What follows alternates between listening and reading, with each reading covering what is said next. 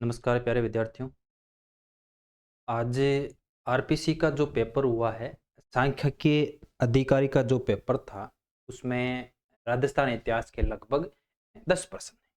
राजस्थान इतिहास के लगभग 10 प्रश्न है और मैं प्रयास करूंगा कि इसका आपको थोड़ा बहुत एग्जाम्पल दे के बताने का प्रयास करूंगा कि कौन सा प्रश्न नया है और कौन सा प्रश्न हम इसको ओल्ड प्रश्नों में शामिल कर दें। ठीक है ना। लगभग मैंने आपको हर बार कहा है कि कोई भी एग्जाम होगा 90% आपके ओल्ड प्रश्न होंगे, वो इस पेपर में भी वही है। ठीक है ना। और उससे बड़ी बात, हमारे जो राजस्थान इतिहास की सीरीज चल रही है ना, उसमें से एक प्रश्न नहीं आया है।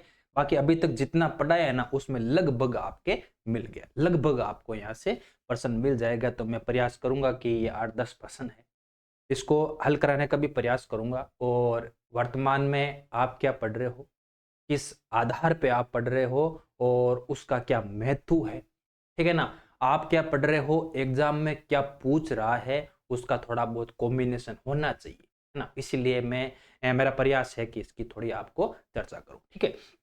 समझना इन प्रश्नों को आप। पहला प्रश्न देखो, निम्नलिखित चौहान शासकों में से हर्षनाथ मंदिर का निर्माण किसने करवाया था।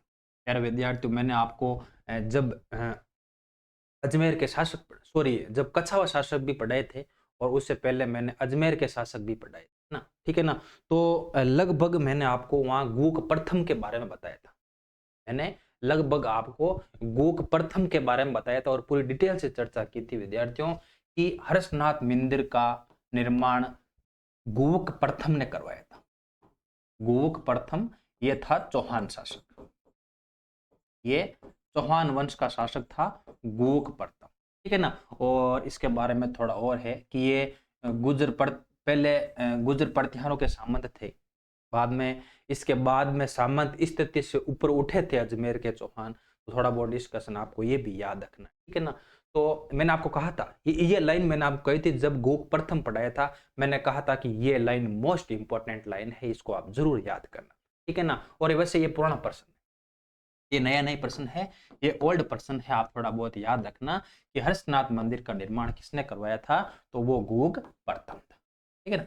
बिल्कुल बेसिक प्रश्न है विद्यार्थियों, आपको ज्यादा चिंता करने की जरूरत नहीं। मैं कहता हूं कि अभी तक क्या पूछ लिया है, इतना पढ़ लो, आपका काम लगभग हो जाएगा। उसी के आधार पर मैं आपको बता रहा हूं।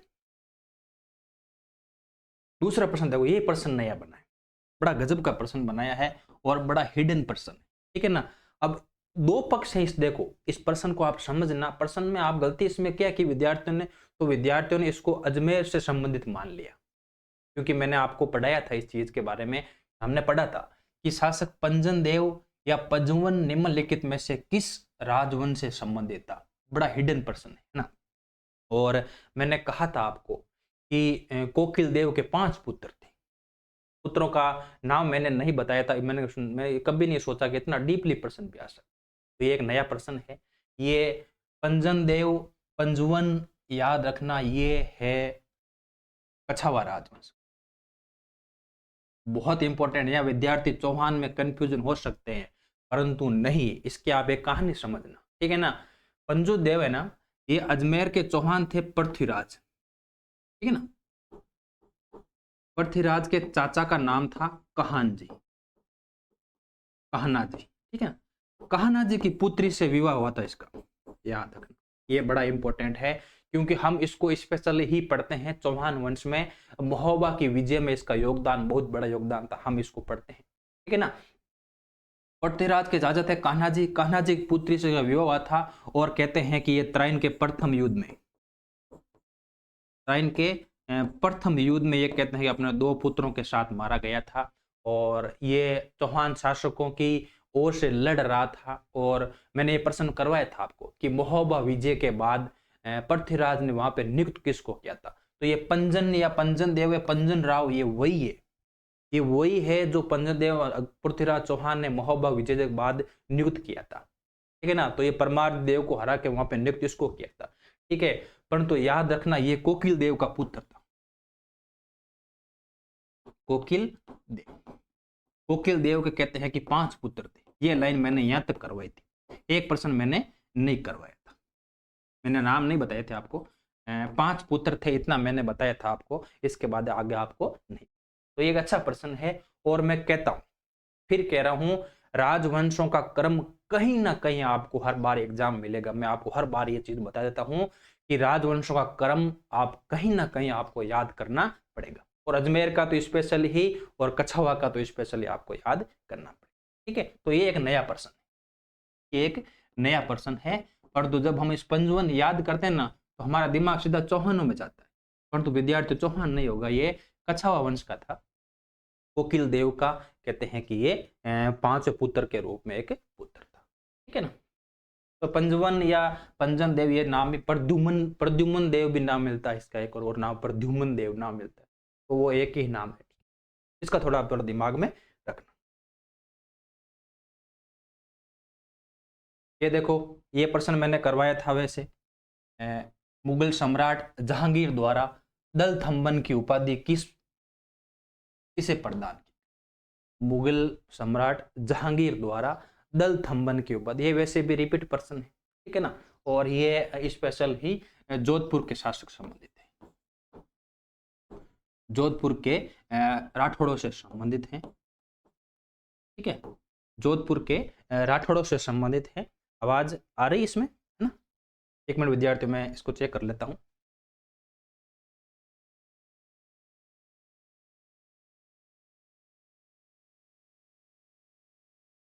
हाँ प्यारे विद्यार्थियों, ठीक है ना, आवाज थोड़ा इश्यू हो गया था, ठीक है ना। चलो इस प्रश्न को देखो आप। मुगल सम्राट जहांगीर द्वारा दल थम्बन की उपाधि किसको दी? मतलब मैंने आपको ये क्लास में बताया था कि दल थम्बन मतलब विरोधी युद्ध की सेनाओं को रोकने वाला, दल में अपनी भुजाओं की शक्ति का प्रदर्शन करने वाला, दूसरे दल को रोकने वाला, जिसको हम दल थम्बन कहते हैं। ठीक है ना। तो दल थम्बन का मैंने आपको बताया था, बहुत विस्तार से मैंने वहां पर चर्चा की थी, याद रखना। वो था गज सिंह। वो कौन था? गज सिंह। देखो जसवंत सिंह, अजीत सिंह तो होगा ही नहीं। देखो आप प्रश्न ऐसे भी हल कर सकते हो, प्रश्न आप ऐसे भी हल कर सकते हो। और ये वैसे तो रिपीट प्रश्न, ये कोई नया प्रश्न नहीं, ये ओल्ड प्रश्न है ना। तो इसमें के बारे में ज्यादा डिस्कशन क्या करें, मैंने आपसे क्लास में भी बताया था, और ओल्ड प्रश्न वाले किताब में भी आपको मिल जाएगी। ठीक है ना। तो गज सिंह को दल थम्बन की उपाधि दी थी, किसने दी थी? जहांगीर। ठीक है ना। अब प्रश्न आपको कंफ्यूजन करने के लिए डाल सकता है कि गज सिंह को दल थम्बन की उपाधि किस मुगल बादशाह ने दी। अगली बार क्या पता ऐसा प्रश्न बन जाए, तो याद रखना जहांगीर। ठीक है प्यारे विद्यार्थियों, देखो बड़ा गजब का प्रश्न बनाया है ना। मैं इसी टॉपिक में अभी वर्तमान में चल रहे हैं, इसी टॉपिक में वर्तमान में हम चल रहे हैं। और मैंने कहा कि पत्रिकाओं के बारे में, समाचार पत्रों के बारे में, और राजनीतिक और सामाजिक संस्थाओं के बारे में आपको रटना पड़ेगा, दूसरा कोई ऑप्शन नहीं है विद्यार्थी, है ना। ये मैंने आपको कहा था, और ये अभी मैंने पढ़ाया नहीं है, तो इस पर मैं विचार करूंगा कि निम्न में से कौन सा सम्मिलित नहीं है, कौन सा सम्मिलित नहीं, नहीं पूछ रहा है विद्यार्थी, ऐसा प्रश्न बनता है। चाहे वो संस्थाएं ले लो, या फिर सभा ले लो, या फिर समाचार पत्र ले लो, ये मिलाने वाला तो आजकल वर्तमान में ट्रेंड है। और आरपीसी तो बड़ा अच्छा प्रश्न, ये भी देखो अच्छा प्रश्न बनाया है ना। अब इसमें गलती क्या कर दी, बहुत बेसिक चीज इसने पूछ ली, वही इसका गलत है, जो हर विद्यार्थी को पता, हर विद्यार्थी को। ठीक है ना। देखो, नवज्योति 1936 बिल्कुल राइट है, नवजीवन 1939 बिल्कुल राइट है, लोकवाणी बिल्कुल राइट है 1943, त्याग भूमि 1929, 1929 नहीं होगा विद्यार्थी, 1927 होगा। मैंने आपको बताया था त्याग भूमि, मैंने कल ही क्लास में डिस्कशन किया था। त्याग भूमि का संपादक मैंने आपको बताया था हरिभऊ उपाध्याय। त्याग भूमि का संपादक कौन था? हरिभऊ उपाध्याय, हरिभऊ उपाध्याय। ठीक है ना। तो त्याग भूमि के बारे में पूछ लिया, और कौन सा पूछ रहा है? सही नहीं है, तो दे सही नहीं, दे सही नहीं। हाँ, 3 नंबर इसका क्या हो जाएगा? सही हो जाएगा। ये आपको मैं यहाँ डिस्कशन नहीं कर रहा हूँ, क्योंकि ये चीजें अभी टॉपिक में जस्ट आज की शाम की क्लास में रहेगी या अगली क्लास में रहेगी, तो मैं आपको सारा डिस्कशन करूंगा, इनके प्रकाशन के संबंधित व्यक्ति कौन कौन थे। ठीक है ना। तो पूरा डिस्कशन हम करने वाले, ये टॉपिक बचा हुआ मेरा। ठीक है। तो त्याग भूमि का 1927 में हुआ था, 1929 में नहीं हुआ था, और इस प्रकार ये सम्मिलित नहीं है। ठीक है ना। तो इस तैयारी के साथ आपको लेके चलना है। आरपीसी कहीं ना कहीं हर बार ये पैटर्न रखती है, हर बार, ठीक है ना। तो इसको आप थोड़ा दिमाग में रखना, ठीक है। चलो विद्यार्थियों, एक और प्रश्न मैं आपको बता देता हूं, ये भी एक नया ट्रेंड है कि निम्नलिखित में से कौन सा बीकानेर प्रजामंडल आंदोलन से संबंधित था। ठीक है ना, ये भी एक वर्तमान का ट्रेंड है, चाहे किसी भी एक व्यक्ति का नाम दे देता है और पूछ लेता है किस प्रजामंडल संबंधित है, ठीक है ना। उसी प्रकार प्रजामंडल संबंधित व्यक्ति है या नहीं है, इस प्रकार का ट्रेंड है और ये बीकानेर का पूछ रहा है। अब इस प्रश्न को हल करने का तरीका देखो भाई। बीकानेर प्रजामंडल की स्थापना हमको पता है मेघराम वेद ने की थी, मतलब एक नंबर तो होगा ही होगा। ये हो सकता है, ये तो नहीं होगा, ये हो सकता है, ठीक है ना। एक तो ऑप्शन कट गया है, ठीक है ना। अब दो ऑप्शन बाकी रहे हैं, तो फिर विद्यार्थी ये रटना पड़ेगा, ठीक है ना। अब एक से तो हमारा काम चलने वाला नहीं है, क्योंकि नाम तीन दे रखे हैं। तो याद रखना, भिक्षालाल बोहरा और लक्ष्मण दास स्वामी, ये तीनों ही बीकानेर प्रजामंडल से, ये तीनों ही बीकानेर प्रजामंडल संबंधित है। और ये फैक्ट आपको याद करने पड़े, ठीक है ना। तो एक, दो और तीन संबंधित थे ही पूछ रहा है ना, याद रखना। यहाँ बहुत बार गलती जाती है, संबंधित थे, संबंधित नहीं थे, तो यहाँ भी आपको थोड़ा बहुत याद रखना इन चीज को, ठीक है।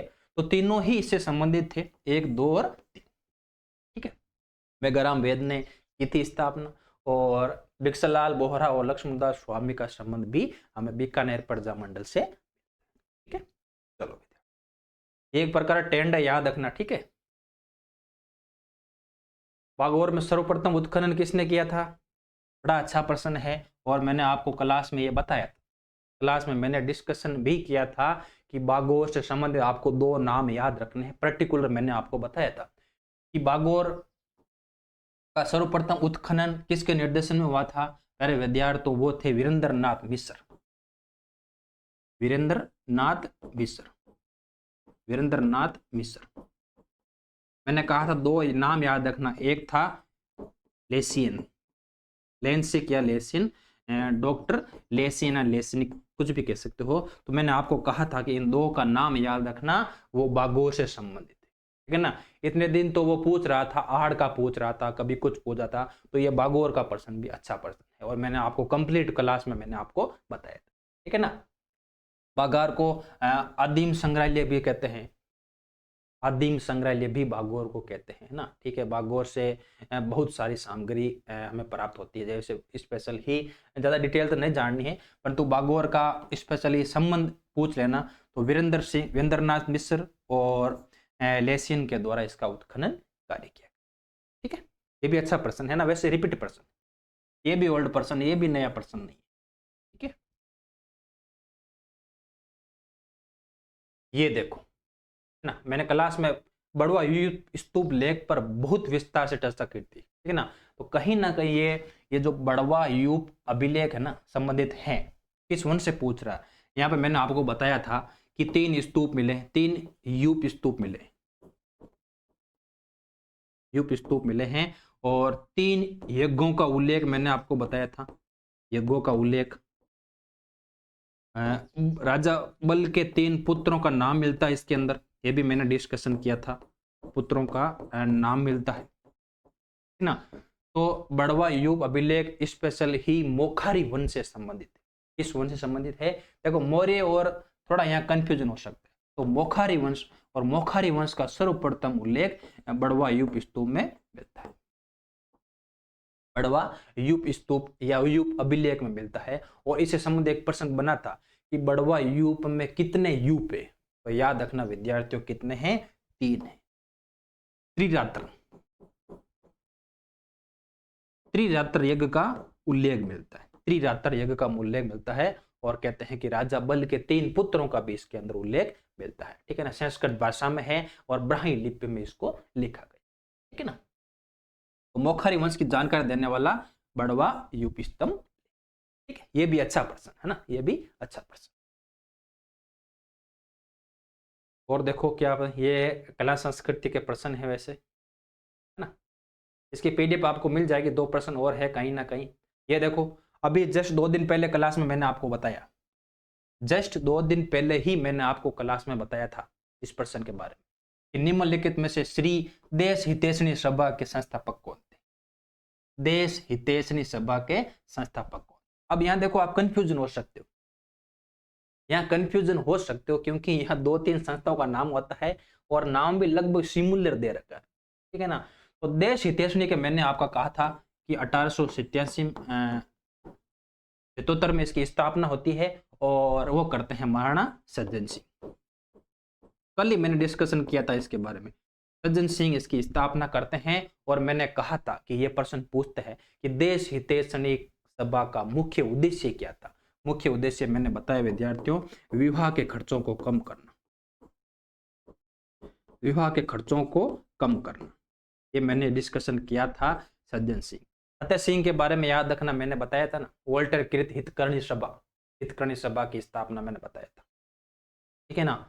और परोपकारिणी सभा की स्थापना, परोपकारिणी सभा की स्थापना मुख्यतः फतेह सिंह ही था, याद रखना, जिसका अध्यक्ष भी था, 23 सदस्य भी थे, मैंने बहुत सारा डिस्कशन इस पे कर रखा है, ठीक है ना।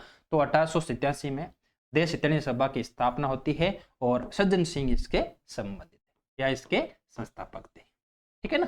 तो ये भी आपको थोड़ा बहुत फैक्ट, वैसे ये भी ओल्ड पर्सन है, नया कुछ भी नहीं है ना। एक और छोटा सा प्रश्न ये है कि राजस्थान में राज प्रमुख का पद कब समाप्त किया गया? कितना इजी प्रश्न है, बताओ कितना इजी प्रश्न है, इससे इजी तो कोई प्रश्न हो ही नहीं सकता। 1 नवंबर 1956 को राज प्रमुख के स्थान पर राज्यपाल पद, राज्यपाल नाम रखा गया था, ठीक है ना।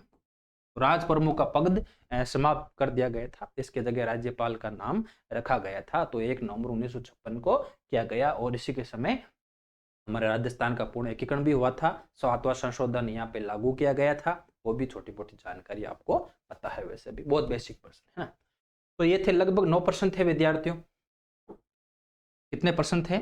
9 प्रश्न थे, जिनमें से 7 प्रश्न ओल्ड है, 2 प्रश्न हम मान सकते हैं कि कहीं ना कहीं नए प्रश्न आए। तो आप लगभग आप मान के चलो कि 90% तो ओल्ड ही है भाई। हम आप 9 में से अगर 7 भी विद्यार्थी सही कर लेता है ना, सिर्फ 7 और ओल्ड प्रश्न पढ़ के, तो भी हमारा काम चल सकता है। और नए प्रश्न जो बने इतने भी कठिन नहीं है। एक ये पंजन राय वाला जरूर कठिन हो सकता है, बाकी मोखारी वाला तो बहुत इजी है, ये भी कहीं ना कहीं एग्जाम में पूछा हुआ है। तो ये थे 8-10 प्रश्न विद्यार्थियों। और मैं आपको हमेशा कहता हूँ कि अभी तक क्या पूछा है राजस्थान जीके में, राजस्थान इतिहास में अभी तक क्या पूछा, इतना पढ़ लो, पर्याप्त है मेरे अनुसार। और मेरी जो एमसीक्यू की सीरीज चल रही है ना, बहुत पेज सीरीज है, उसमें से लगभग ये 9 में से 8 प्रश्न आ गए हैं। एक प्रश्न वो पंजन राय वाला मैंने नहीं करवाया था, 5 पुत्र का मैंने आपको जरूर बताया था, ठीक है ना। तो ये थी विद्यार्थियों 8-10 प्रश्न थे और उम्मीद है कि आपको कुछ सीखने को मिल रहा होगा।